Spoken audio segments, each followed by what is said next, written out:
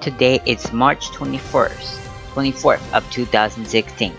We'll be talking about Beijing terrorist attack and also President Barack Obama in Cuba, Seaworld, and also Apple versus the FBI updates on their case.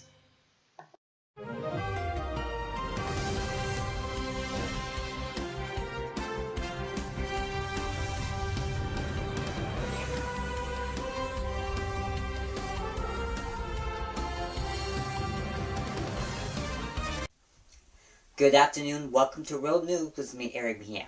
So first, let's start with our first news today.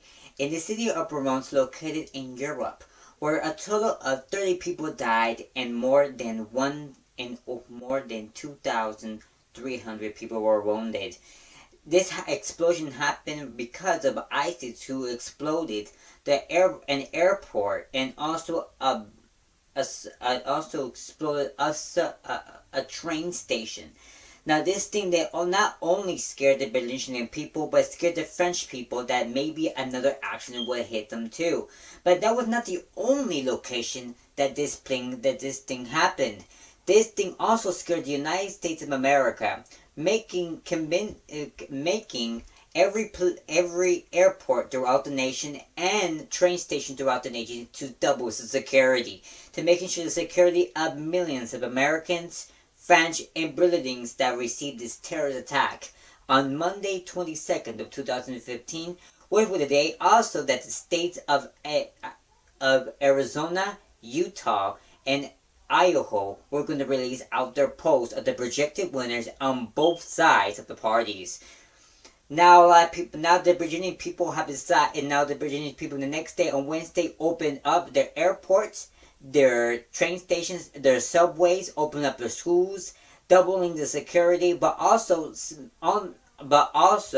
showing their respects and respects to the victims of the terrorist attack.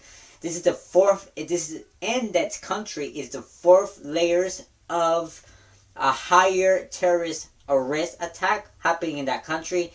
This is the second highest time this ever happened. The first time happened during World War II. This is something that the government is taking very high cost. We'll be informing you guys much more on terrorist attacks when there's another one reported.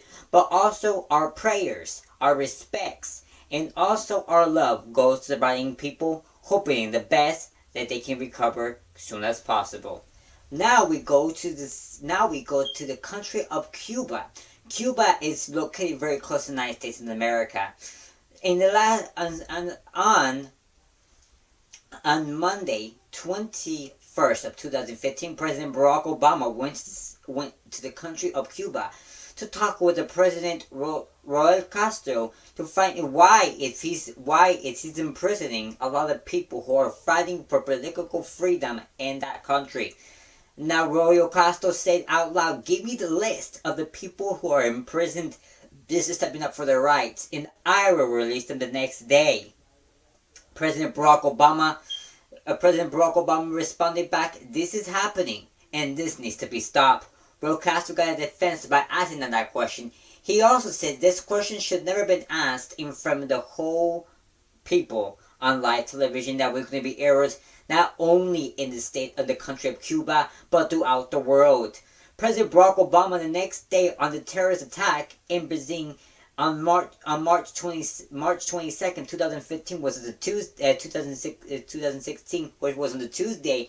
He also talked about the attacks happening in Brazil that same day, but also he talked about that Cuba must give out freedom to the Cuban people, and that the Cuban people have the right to elect anyone they want to promote into office, as here the United States had that fully potential right. We also go that President Barack Obama yesterday on March 23rd of 2015, which was a Wednesday, he landed in the country of he landed in some other country but a lot of people are blasting the president for not returning back to the United States of America.